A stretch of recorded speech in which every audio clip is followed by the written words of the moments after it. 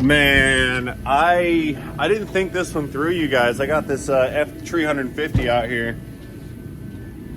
There it is, little blue one. That's I think a 2012 6.7. And my guy wanted to have the fluids looked at a little bit more. I had this in the shop the other day. It was in reduced power mode, and it was speed limited due to an emission system fault. It's a very low mileage example. It doesn't get out much. And what we had to do was regenerate the diesel particulate exhaust filter system, because the selective catalyst reductant system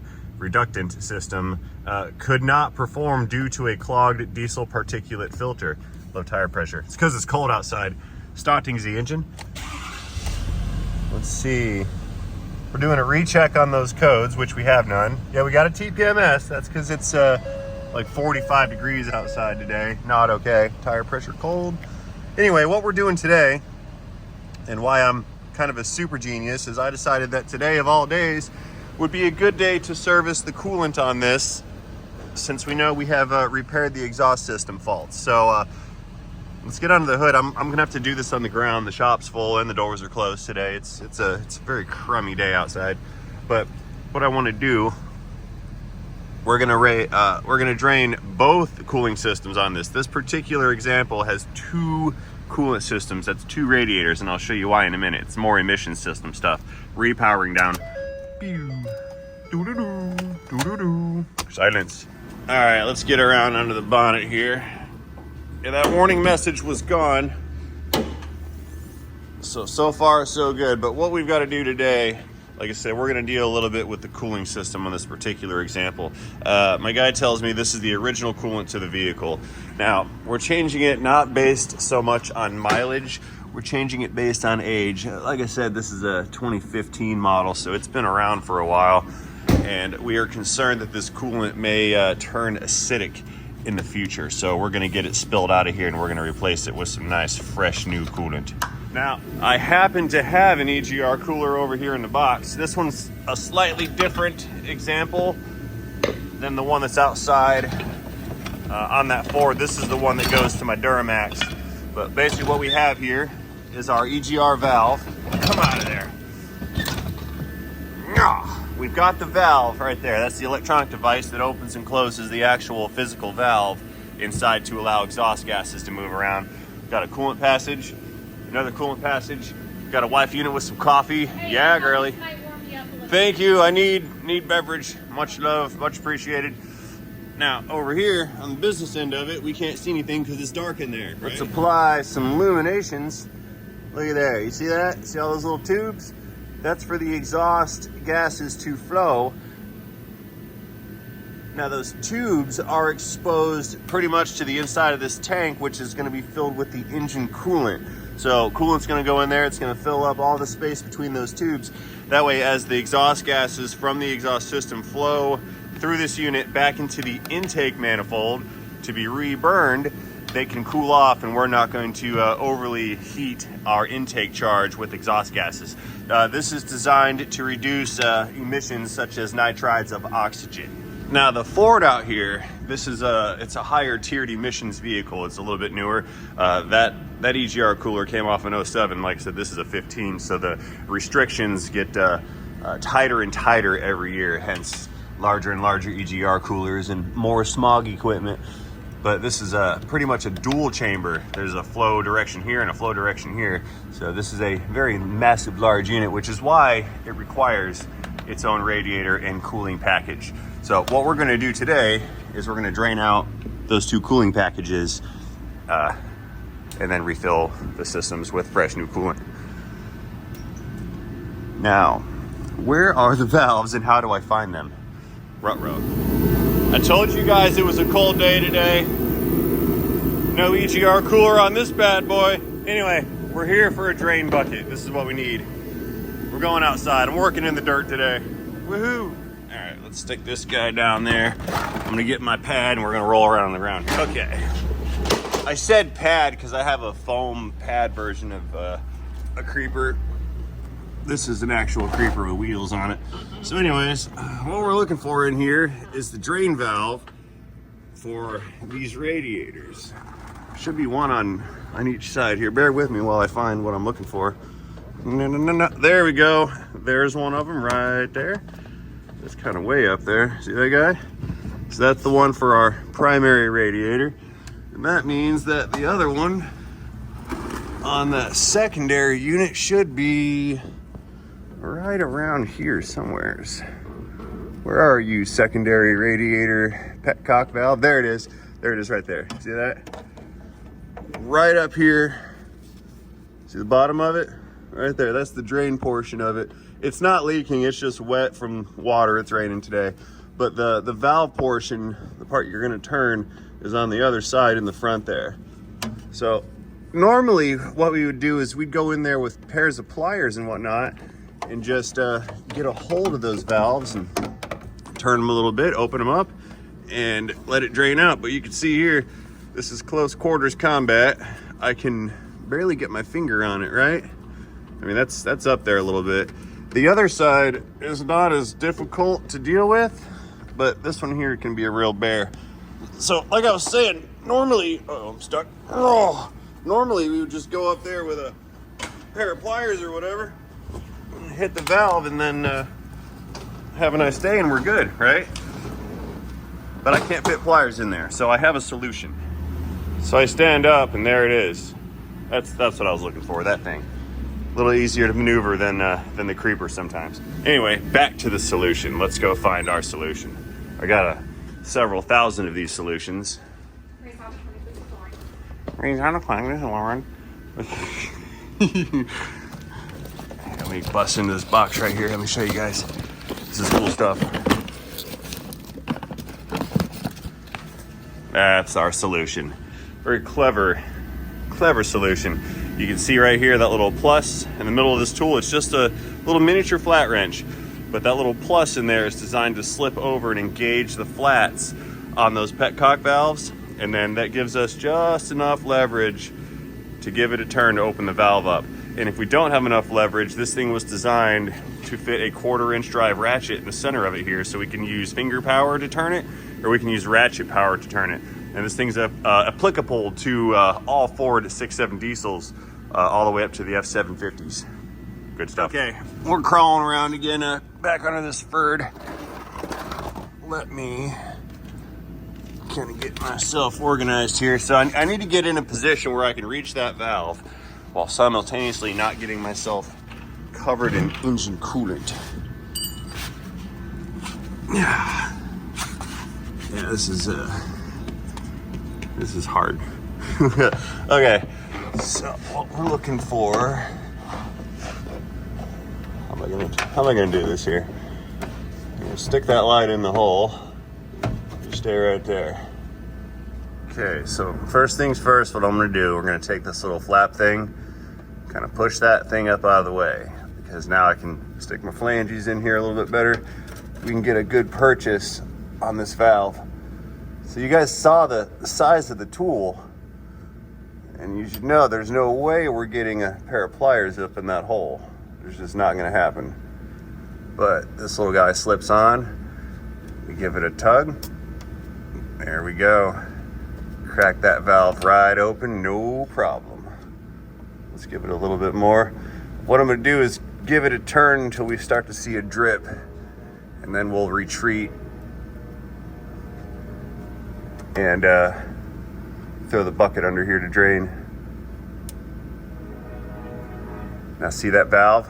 As we go to turn it, it's going to walk forward quite aggressively. It's not really threaded like what you would normally see. Turning. See the space happening right there between the valve and the body of the radiator. Give it one more turn here. Ooh, this is a hard angle. Hard. Come on now, get on there.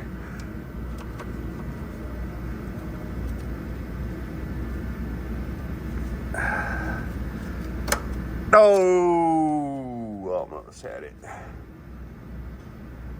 Back in action.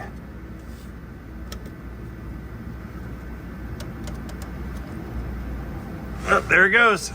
Starting to see some coolant. So now we'll pull this drain bucket in position here, and I'll reach back in. I can probably go through this hole here. Look at that. I didn't notice that before. Yeah, I did not know I could see through there. That makes this, oh no!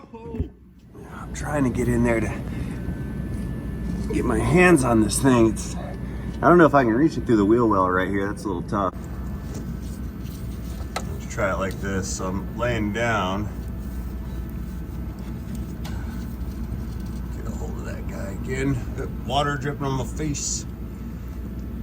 One more turn. Let's open her up. Come on. Turn.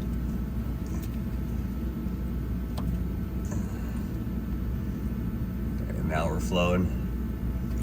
Woo! There she goes. All right, so we're just gonna let her ride for the time being. When that thing's empty, we'll close the valve off and then get the other side. You know, I've got to ask myself while we're waiting for this to finish doing what it's doing. I need to figure out why we built those drain valves on these radiators in a point where you can't access them. I mean, I get it. If we were to pull off the whole front of this, unpin everything, take all the bolts out and unclip it, we can take the front grill assembly off. It's this whole big business right here. We can probably pull that off and maybe reach those with pliers, but there's no way you're doing that with your flanges. It can't be done by hand. It's just too much torque and it's too stiff. Plus, there's an O-ring seal in there. And if you've never opened that valve before, that O-ring is guaranteed to be dry, and there's probably some dirt stuff inside of it. Now, that dry dirt and the absence of water and or any of the lubrication will definitely give you a little bit of extra friction on that little twisty business there on the valve, words, and you will not be able to get that off by hand. It's nearly impossible. So like I said, we're gonna let this drain, then we'll move over and get the other side, and I'll show you how to do the primary cooling system next.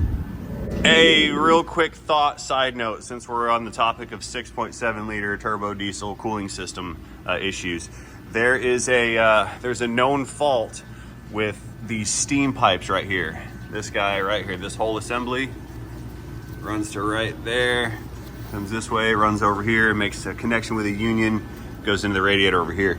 These hoses like to develop leaks right around these clamps. You know that? In addition, these unions right here, these fittings, they're made out of plastic, and they become brittle and like to break. So if you see any kind of crusty buildup or any liquid that's favoring this area, you've got a leaky steam pipe, and it should be replaced at the earliest opportunity. I believe that Dorman makes a replacement unit for these where those unions are aluminum, cast aluminum.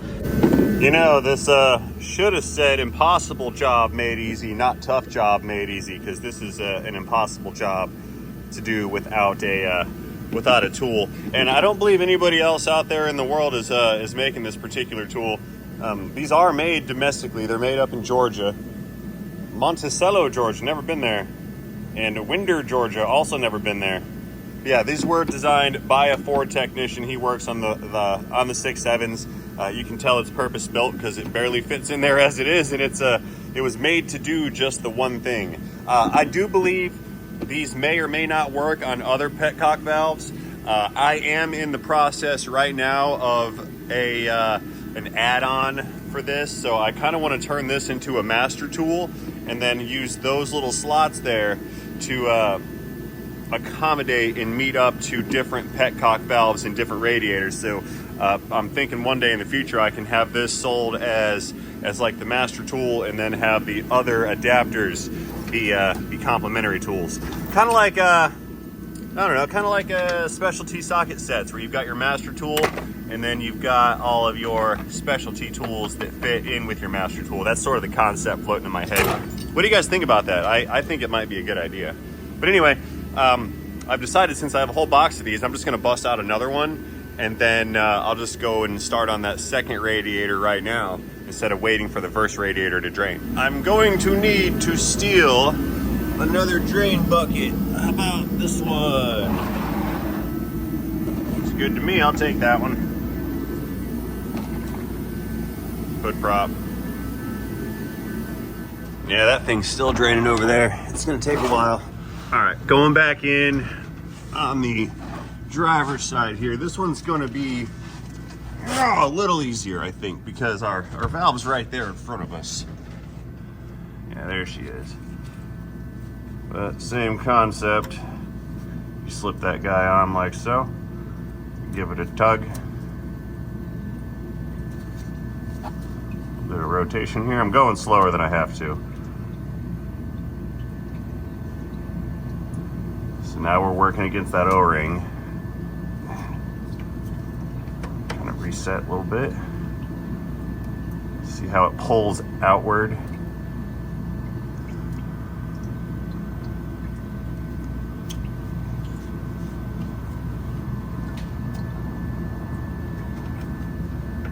Reset it again.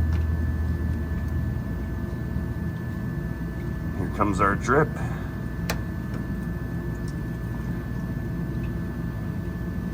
Let me get my bucket right. Wait till I get my bucket right. Come on. Yep, there we go. A little more. No, it's running down my arm. There. Okay, that one's going. Now we got 2 radiators draining on 1 truck. How about that? So we're venting, and we are venting. So let's step back for a minute and go wash the coolant off of me.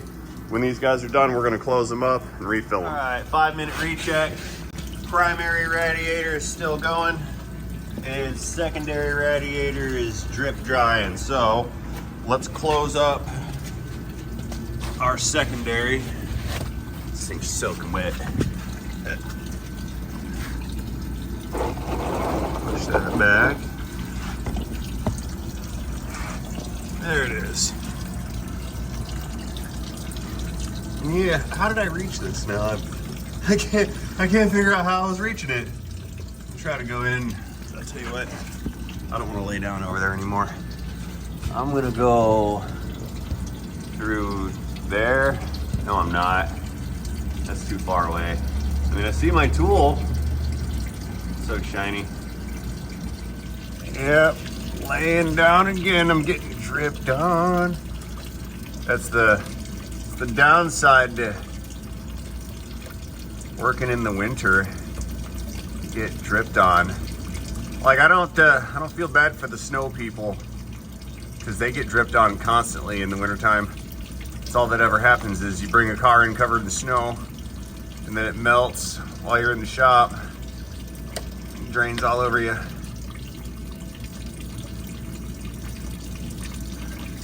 So listen, these valves, they don't close with tightness, they close with their position. See how that one's flush against its radiator? That's a fully closed valve right there. If I go to tighten it anymore, I'll end up breaking the thing off. That's exactly where it's supposed to be. And just to check, I'll give it a little push. It's loose. Focus. Focus you. There. That was loose. That's tight. It is stopped. We're good right there. Okay, 1 is done. Let's get some coolant and refill this bad unit. Focus. Here's another cool tool that I don't sell in my store yet, but maybe one day. It's a no-spill radiator funnel. So what you do, there's 2 of them here, but they come with a bunch of these adapters to fit on your radiators. Don't do that. Stick that guy in, it's got a seal on the bottom of it. Stick it in. The caps mimic the radiator caps, similar in size and dimension. So what we'll do is we hook that guy up. Come on now, lock in. There we go. Then put our funnel on top like so, right? So now we can fill this with our coolant. When we're done, we take the plug, plug the funnel then you can remove the funnel so any extra coolant that's in there doesn't just get spilled out everywhere. You can remove the funnel, pull your plug out, drain your coolant wherever, then you just swap your caps over and then you're good to go.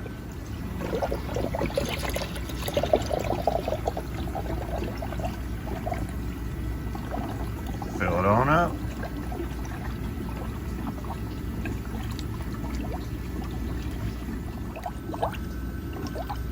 Gurgly, gurgly. The other side here, we're still draining and we're getting a little full. I'm moderately concerned here, just a little bit. But I've got some space left in this bucket, so if we start overfilling, we'll switch them over. No worries. So it looks like we're done gurgling on this cooling system over here. I wish I had a good size hose I could squeeze on this to kind of purge bubbles, but I do not. I can squeeze a heater hose.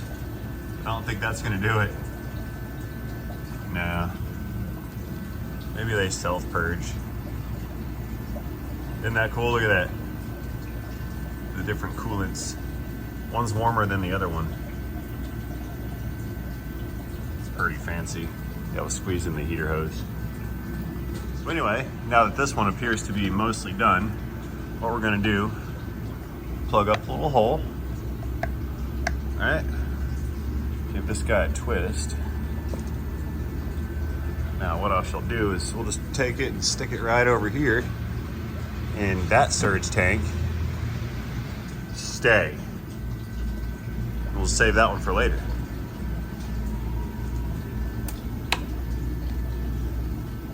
Unclick, please. There we go.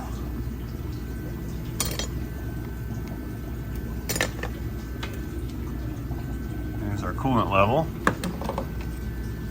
I may have to adjust this in a little while. It's somewhat overfilled, I'm sure. But we need to run it and try to purge out any air that might be in there. And our big bucket's still going. Look at that. Yeah, this is the big system. Much more capacity than the other system. This one's about a gallon and a half or so. This one, I think we're up to like 3 or 4 gallons here. Quick swap over.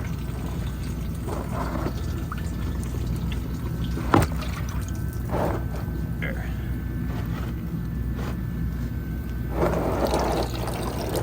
Okay, drain continues. Okay, coming back out for a recheck. We're done draining. That's a lot of coolant, a lot of nasty coolant. So let's get back down under there, close up our valve, and then we can refill our primary cooling system. We'll fire this thing up, let it warm up, purge out the air if there is any, and then this little operation be good to go. I'm tolerating the drips on me. Oh, I do not like coolant and things dripping. It's not fun. Close that up. Oh, there it is. I didn't want to drop it in there. I don't want to drop my phone in there either. Which we're hovering dangerously close to the danger zone. I know you guys can't see that, my hand's in the way. But yeah, look at there. See how it's now flush? See that? That's closed up, flush, ready to rock and roll. So let's get the flashlight out. Go back up top. Now, this surge tank up here, I don't really need to fasten that funnel to the unit. I do have adapters in there to do it. See, there's that one there. I could fasten the funnel to it, but it's really not necessary. It just kind of hangs out in there, and it's just an extra step that I don't really want to take. So I'm not going to. Vertical pouring, pouring things. Refill. Glug. This is gonna take a couple gallons, as we saw.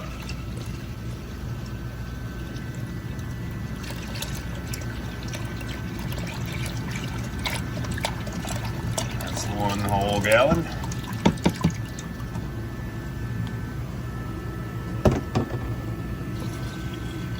Yeah, there we go. Vertical pouring things.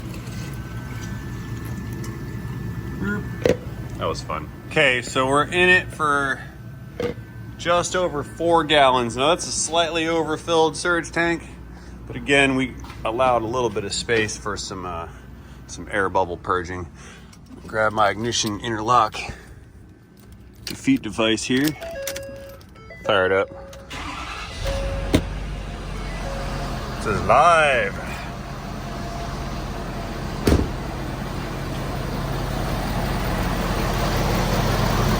Cool level.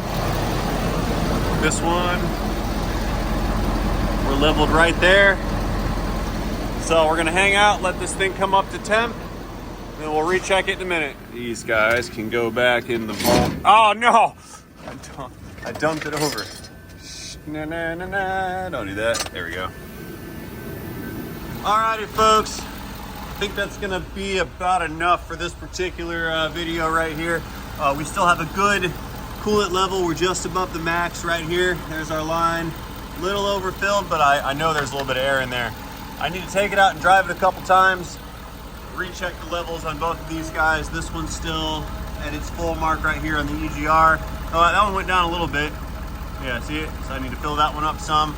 So we're about finished here. Like I said, I gotta drive this, get it nice and hot, check the levels and whatnot, and then we're good to go. So that being said, I'm gonna go ahead and close this one out right now. You guys don't wanna hang out while I drive around the rain. So that being said, as always, I'd like to thank you guys for watching this video. Let me know what you think about this video, and go ahead and let me know what you guys think about this Power Stroke Super Duty petcock valve gravity tool that I just threw on the ground. I can see myself losing these things. Good thing I got a whole box of them. Yeah, let me know what you guys think about these petcock valve tools right here, this truck, these dual radiators, and that ginormous EGR cooler that Ford has integrated into this. Oh, fun fact, these trucks right here with the diesels, the ones that are set for export that leave the country, they do not have EGR or emissions equipment. Just food for thought, guys. You know, we got rules for thee, but not for me. That's how we do it around here. So guys, anyway, let me know what you think about this situation in the comment section down below. Don't forget to check out RainmanRaysRepairs.com to get your own petcock valve drain plug removal device. And most importantly, before I go, I'd like to remind each and every one of you guys to not forget to have yourselves a fantastic day. See you guys later in a video, in a day, in a Ford, in a VEF Treat Fitty, in a transmission.